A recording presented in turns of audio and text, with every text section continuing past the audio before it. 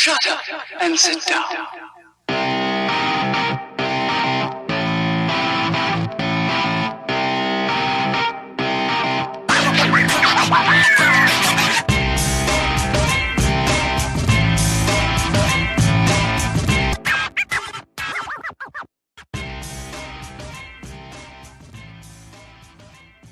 Hey, what's up, guys? This is Carlos Redlick and David Allen, and we got Everett Farnell here. This is Takeover Tuesday. We're going to be talking about business, copywriting, and a lot of cool stuff.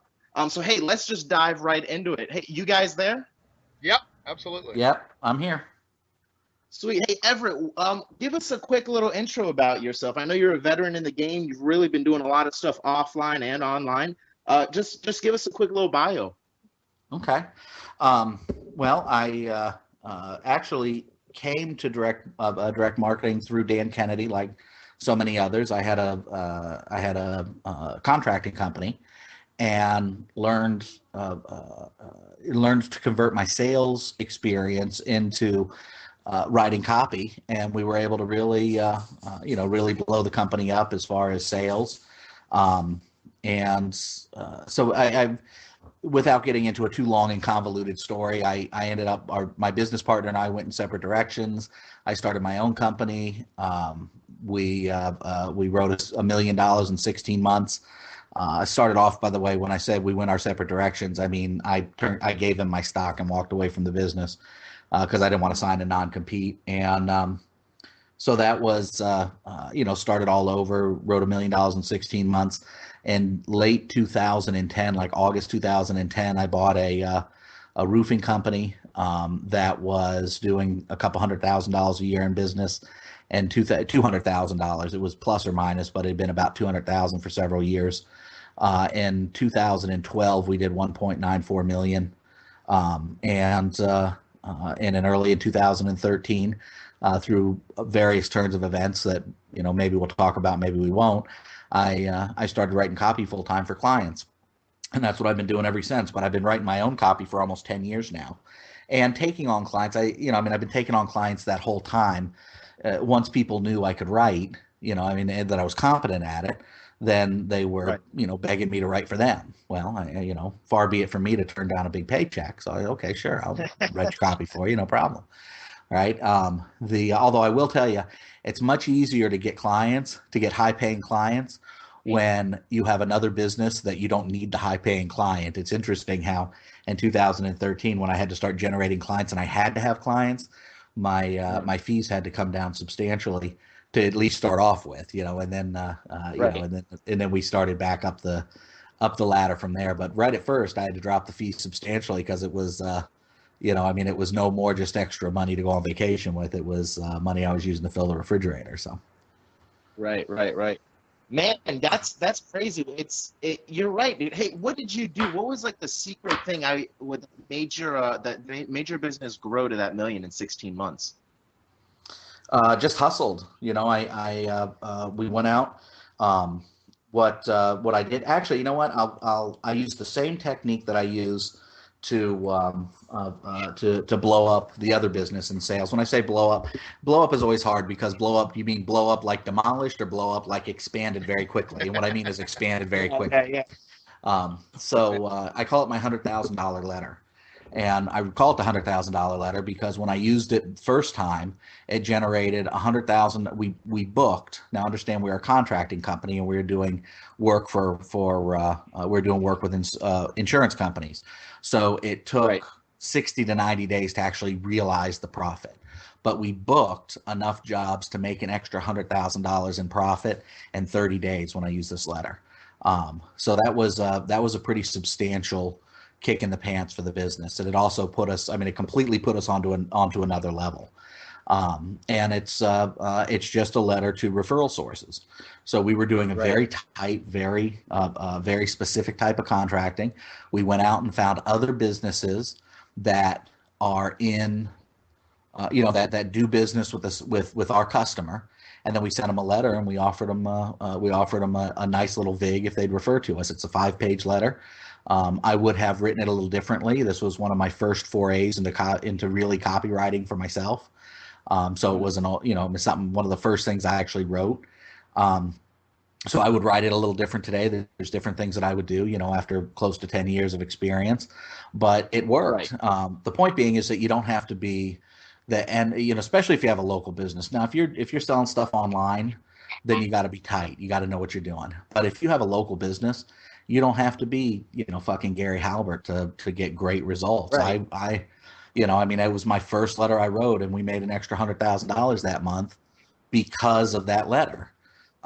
So basically what I did is I just went back to that letter and started the business all over again, only except instead of doing all the stuff that was kind of mediocre before I wrote that letter, I just based the whole business off that letter.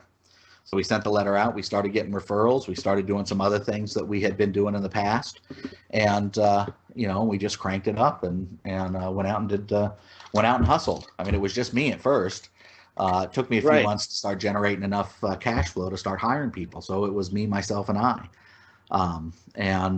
It was, a lot of long days, 12, 16-hour days, but, that's what you do.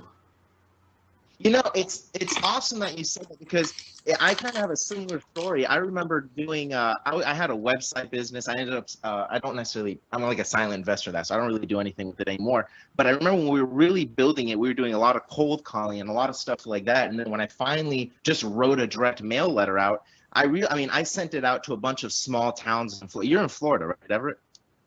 Yes, I am.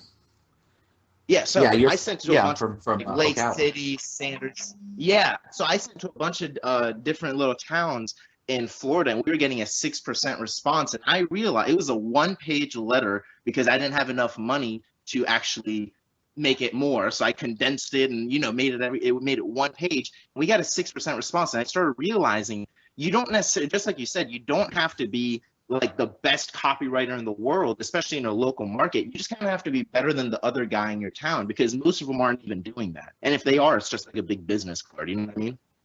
Yeah, well, and that's the thing is that it really is these guys. I mean, I've oftentimes said that if I could find an efficient way to get into local markets, that that for a copywriter's point of view, if you could find an efficient way to get into local markets and a way to fix your clients' cycle, in their head when you started, Right. that you could become a billionaire, not a millionaire, billionaire, just by going to local business and saying, look, I'll write your marketing funnel for you. All you got to do is use it, and and then expand it as quickly as you can expand it, and I get X percentage of the profit off everything that comes from the work that I do.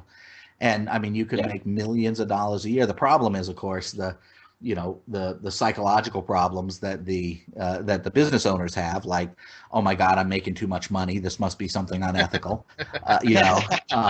and the yeah, right. Oh my God. Okay, I wouldn't want to make that. I wouldn't want to live in a house that big. Could you imagine the electric bill? Okay, sure, pal. Whatever. Quality problems. Yeah, right. I mean, I learned that when I was a kid. I was working at I was a kid. I was in my 20s, but basically I was a kid. I was running around. I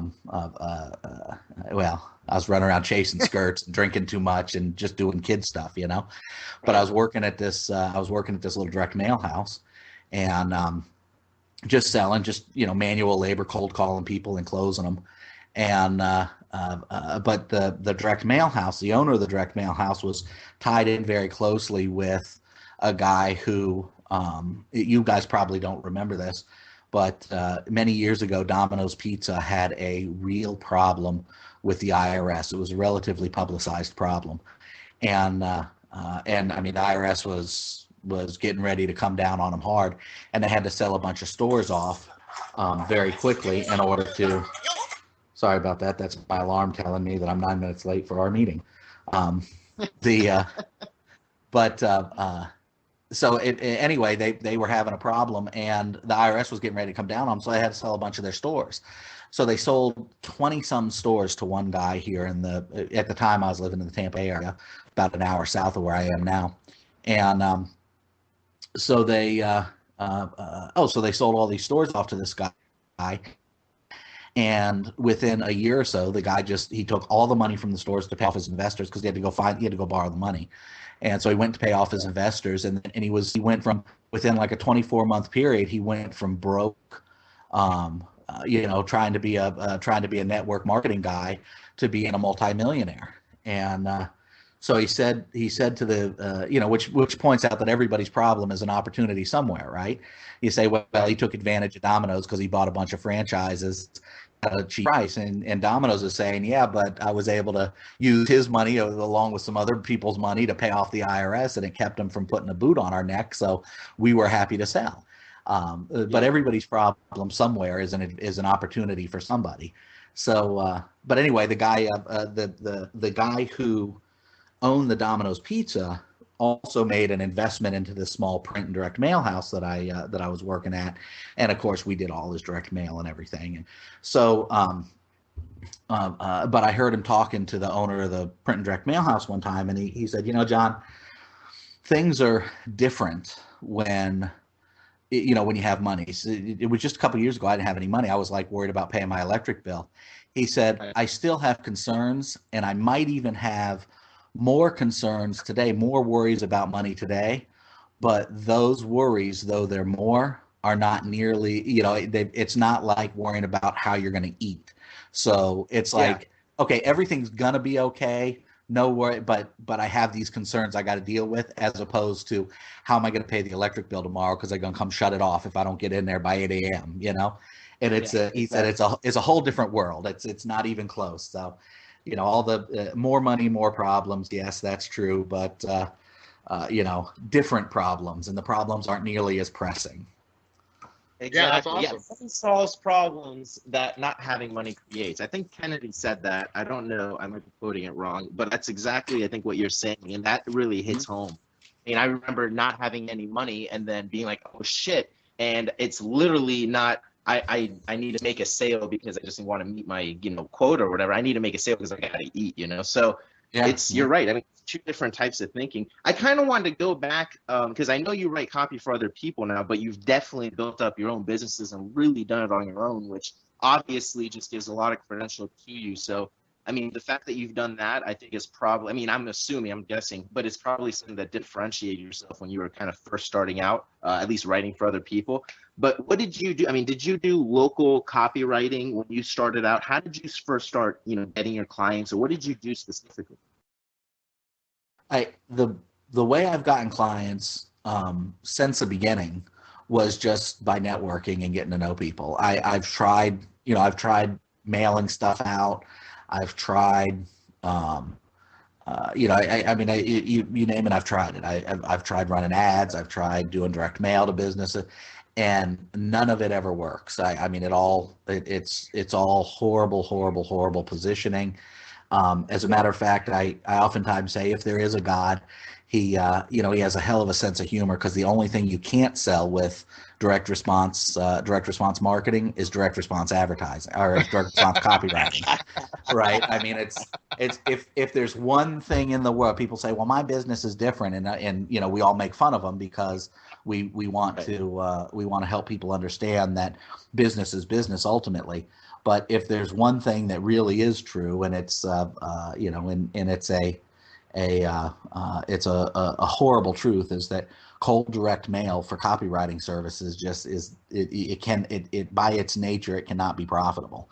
Now direct mail to your list, you build a list of people who listen to you and then direct mail to that list can be very profitable. So, but cold direct mail, people are not going to pay the kind of fees necessary to make it a profitable venture.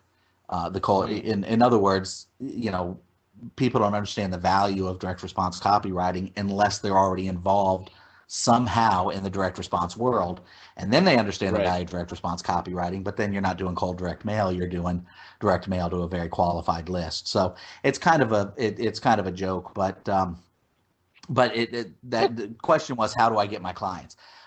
A vast majority of my clients I get is just by networking and referral. I have a little email list that I started building recently. I was the Glazier Kennedy guy in Tampa for a while. I've been in some mastermind groups and that kind of thing. And, you just get to know people and they say, oh yeah, you write copy? Yeah, I write copy. Okay, good. And, I got some projects. Would you mind taking a look at it? And so, social networking has made it so much easier to do that the last few years. Being able to really network with people on Facebook, for example, has made that so much easier. On the other hand, it's also open. It used to be you were in a mastermind group, and I was the only copywriter in real copywriter. I mean, there were people who wrote copy, but I was the only copywriter in the group. Now, right? It seems like you can't throw a rock without hitting a copywriter online. They're fucking everywhere. Yeah, Everett, I got a question. When you started writing for your own businesses, and that you said it wasn't perfect, and you were sort of just getting into it, did you go back and study the so-called masters, the Halberts, the Carltons, those people, or were you already introduced to those people at that point? I'm sorry, I'm laughing because you say the Halberts and the Carltons. I mean, Halbert was a master. He was, he had a legitimate claim, and Carlton is extremely good. I've studied his stuff. I love his. I don't want to give you the wrong idea. But when I think of the old masters, I'm thinking of Robert Collier, Caples, Ogilvy. These guys who have been dead for 50 years. So that's the old man. I guess that's a difference. I don't know how old you are, but according to your picture here, you look like a relatively young guy. I guess that's the difference between old is that. I remember when Gary Halbert was alive and you could go see him in a seminar. And, right. I think it's because I got into copywriting later too. So he was already dead when I got into it. So, that's my perspective. Yeah. So it's amusing. That's all. But yeah, absolutely. I started studying those guys and started studying them more after, like you said, after I started writing. My real strength in copywriting came from spending 20 years selling stuff to people. So, I came from a sales background where I'd go into, Mr. and Mrs. Lipschit's house and sit at their kitchen table and close them on a $40,000 sunroom. That's how I learned to sell, or that's how I learned to write copy. What I did is I took those skills and translated them over to copywriting. So I'm sorry, Carlos, I think I cut you off there, but the internet connection sometimes. Yeah, that's how it's done, son. That's all. I just walk in, sit at their kitchen table, and close these motherfuckers for $40,000. That's how it's done, son. So yeah. No, well, so what did you do? Because you said you had to mention, and the reason I'm talking a little bit about copywriting is because I've actually had a lot of people who are saying now that they want to start watching or listening to the podcast that are actually upcoming copywriters. So a lot of these questions are some that they had asked me to ask you. And one of was how do you differentiate yourself as a copywriter if you're starting out? So I know just like myself, I started selling. I don't know, I went super cheap. I think when I started, I was selling like $100 sales letters. It was ridiculous, but it's basically what I started doing to get testimonials. And then I just increased my prices. But what did you do if there was anything specific? Well, I was getting, I was having people come ask me for copy gigs before I started writing copy for other people, really. And the reason was because, and I'll tell you one of the biggest things is find a place and make yourself a star in that place. So at the time, I found the Glazier Kennedy world, and I made myself a star in the Glazier Kennedy world. So, you can go into some of Dan's published books, and there's a book around here about trust-based sales, where you guys know who Dan Kennedy is, right? Oh yeah. Okay. Yes. So, I'm not that young. Listen, some people don't, right? So he's most people in the direct marketing game know who he is, but some people don't. So I just want to make sure. But but there's a quote in one of his books, Trust Based Marketing, where he says, Everett is a highly skilled direct response copywriter. Well, nice. I didn't pay him to write that, by the way. He just wrote it. He just put it in there. Well, that quote has gotten me more. That's got me tens of thousands of dollars worth of gigs. He's used my stuff in his newsletters. He's used my stuff, and and look over my shoulder. So, the trick is to find a place where your find a place and make yourself somebody in that place. Now, place could be geography. We could be talking about a local business. So, I mean, look, if you're just starting off in copywriting, read some of the stuff that the masters wrote, and then, go find some local businesses to write for. I mean, you ain't gonna do any worse than those morons are doing. You know what I mean? There's like 1 in 10,000 who knows how to write copy, to any extent. And if you happen to find a guy who does know how to write a little bit of copy, listen to what he has to say. He might teach you something, right? Right.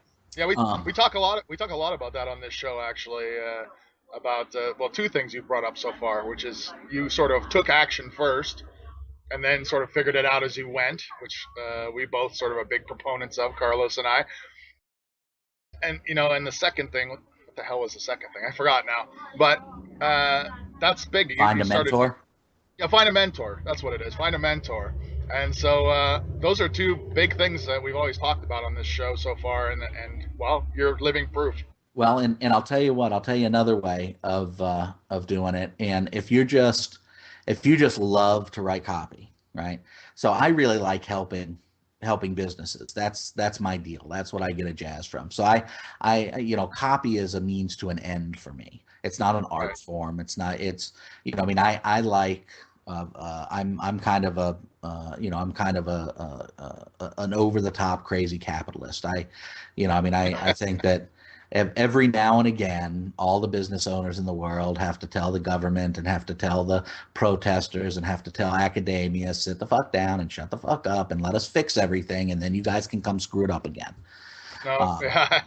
Because you guys have messed everything up horribly. So I like helping local businesses, and they're tough to help because it's kind of like nailing Jello to the wall sometimes, but you got to give it a go. Right. But that said, if you just love copy as an art form, and I know some people who did. As a matter of fact, I mentored a young man who did and has done extraordinarily well.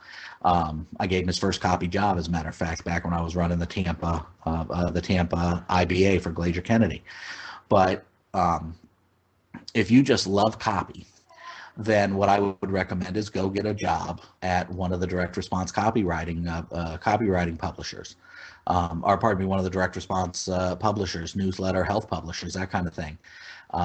Move to Baltimore or move to Delray Beach, Florida, and go get a gig at Weiss Publishing or one of the Agora branches or whatever. Go get a gig there and work there for a year or maybe even 2 years, and you're going to make shit money for a copyright. I mean, decent money for somebody who doesn't have an education. 40,000-50,000 a year plus royalties normally, maybe less, maybe a little more depending on your experience. But even if it's 30,000 a year plus royalties, you can still turn that into 70 or 80,000 a year if you really get serious about it, and work there for a couple of years and then start taking on freelance clients. So the young man who I mentored, he was very young when I started. At 18, I started mentoring him before he was 18. At 18, he got a job with an Agora affiliate, not affiliate, branch. Agora has branch. Thank you. That's exactly what I was saying. And then he moved to a different publisher, and then he went freelance. And last year, he made several $100,000. He doesn't have a high school diploma.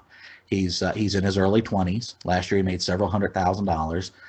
This year, by the end of the year, he will have made a little bit less, but he will have worked a lot less.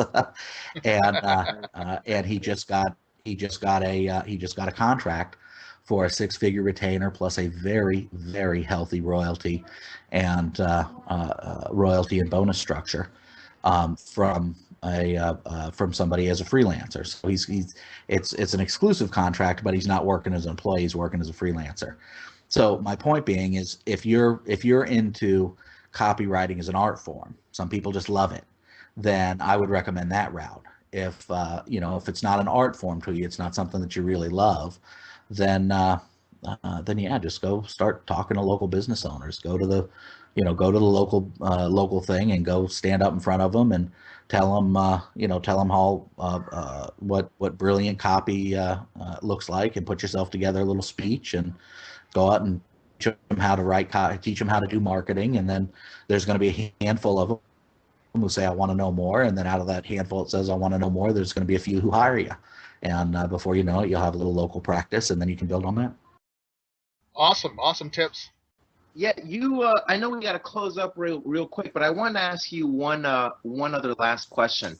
Who do you want to have with, dead or alive, and why? Do I have to pick one? Yes, no? One. Geez, that's like saying, what's the one secret to success?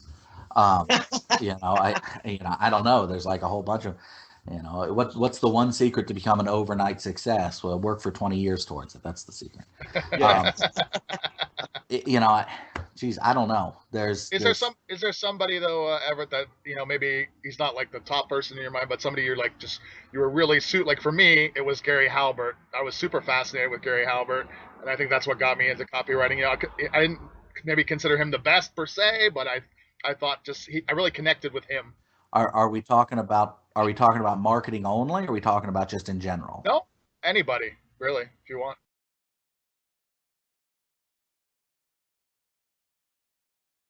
Geez, that's such a big question. I mean, there's a whole score of people. Really who I would sit down with, who I would sit down with, to have dinner with, if I had the opportunity, would be my father. He died when I was 5 years old, and that has nothing to do with business, nothing to do with marketing, but that's who I'd have dinner with. It's funny you mention that, because I thought that's who you were going to say for some reason. I don't know. Well, you're a psychic, aren't you? Not really. I'm a magician. But that's weird, because I was thinking that in my head just before you said that. I was like, if he's not going to say a marketer, he's going to say his father, and that's great because you didn't get much time, virtually no time. Yeah. He. How do you know that, by the way? No, I didn't, but I just. Are you cyber stalking me? No, you said it. You were 5. Yeah, I'm just razzing you. I'm just giving you a hard time.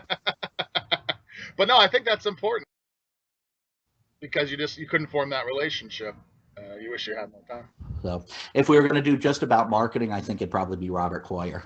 So maybe that's a more relevant answer to the folks who are listening. It would be Robert Coyer who I'd sit down with. Just strictly about marketing. He was a direct mail god back in his day. He sold everything. As a matter of fact, are you familiar with the Great Courses, the direct business, the direct marketing business, the Great Courses? They sell DVDs and everything.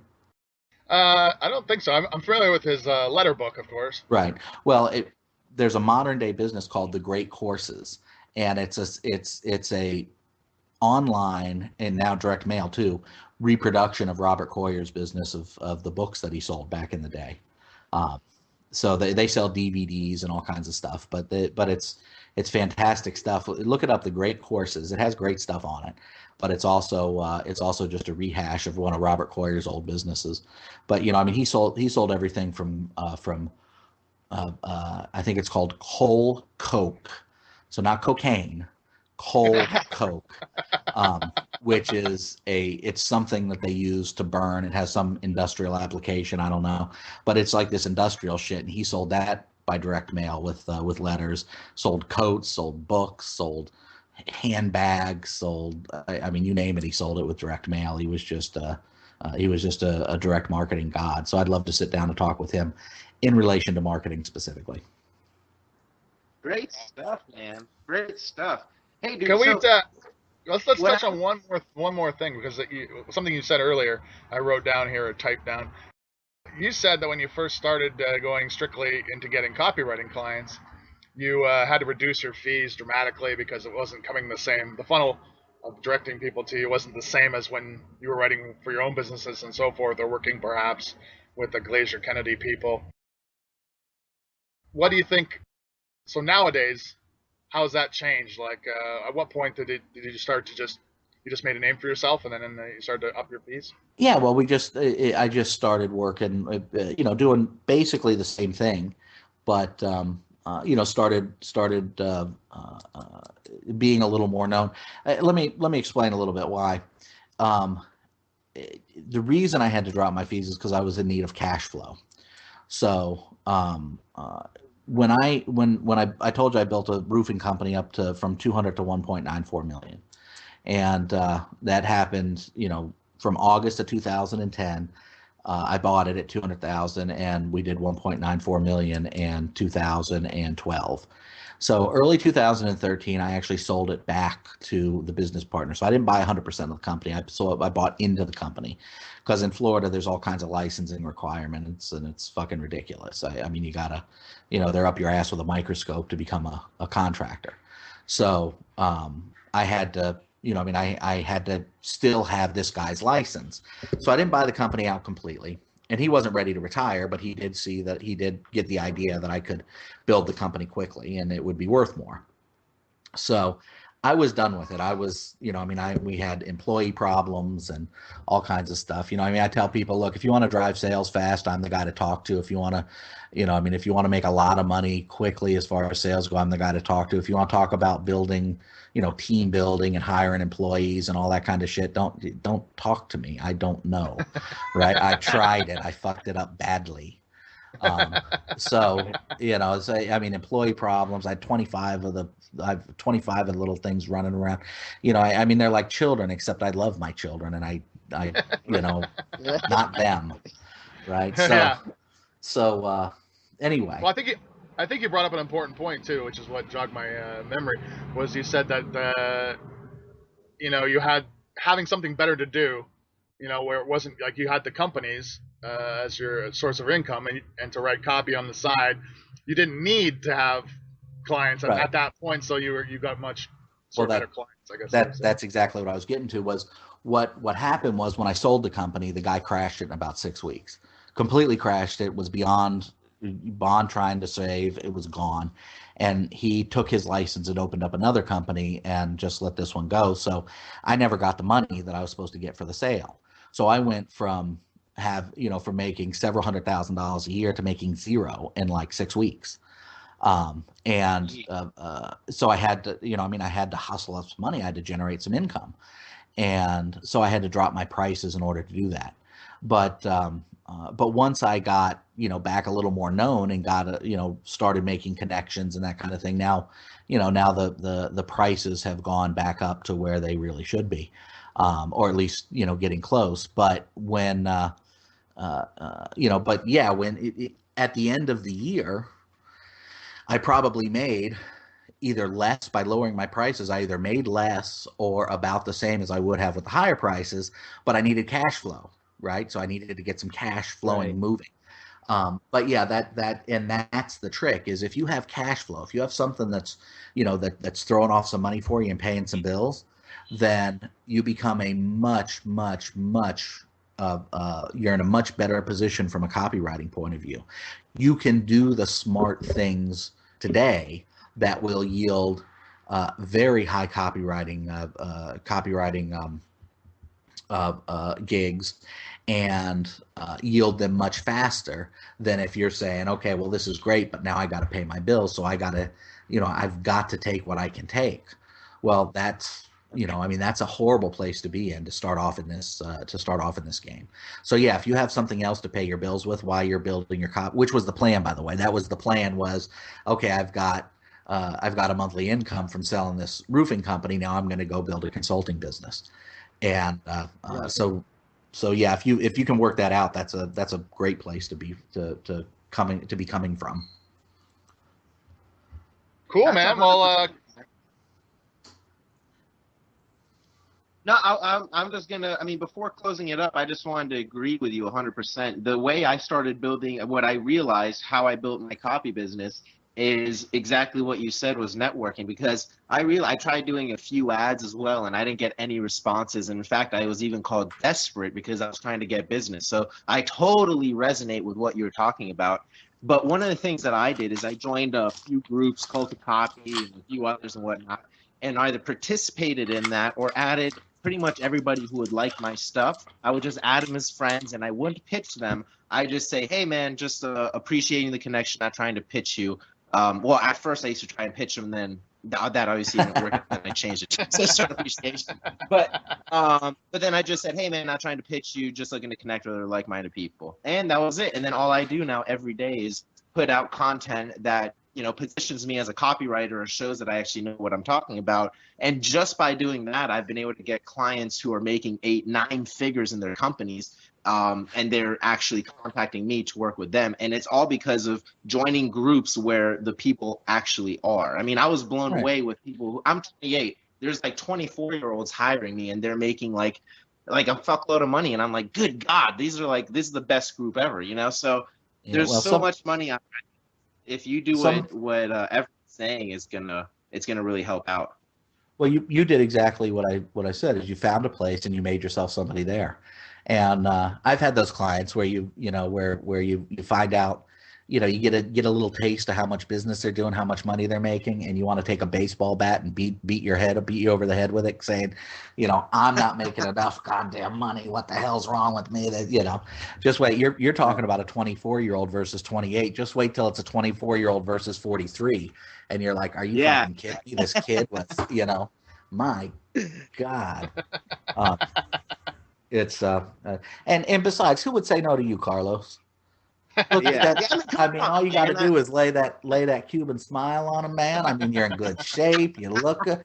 Between you and your girl, it's like my, I mean, all I got to do if I'm feeling shitty, I just got to look up you or your girl, and it's always a big smile. Hey, how you doing? I'm like, God, how are these people so cheery all the time?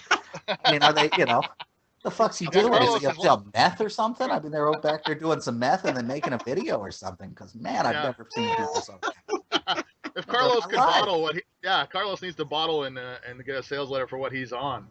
I'm telling you what, I don't know, but it's like it's funny. I used to write myself sales letters whenever I wanted to get in shape or make more money when I was younger and shit. I used to practice copywriting and self-help to myself by writing myself a sales letter, and I would be like, "Hey, dear Carlos, you're a fat fuck. How do I know this? The answer is simple. You see, and I would just go into some random and I would sell myself a program, and and if I could only afford $5 or $10, I would obviously fit in my budget. And then I would take the money, pay myself, put it away, and then I would get that $5 or $10 until I hit the goals in the sales letter. So it's cool shit, man. Cool shit.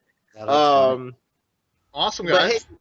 Hey, I'll let David wrap it up because I know he's way better than I am at that stuff. I'll just kind of keep talking or something. I don't know. But hey, dude, thanks so much for hopping on this show. I learned a lot, and I know a lot of other people will too.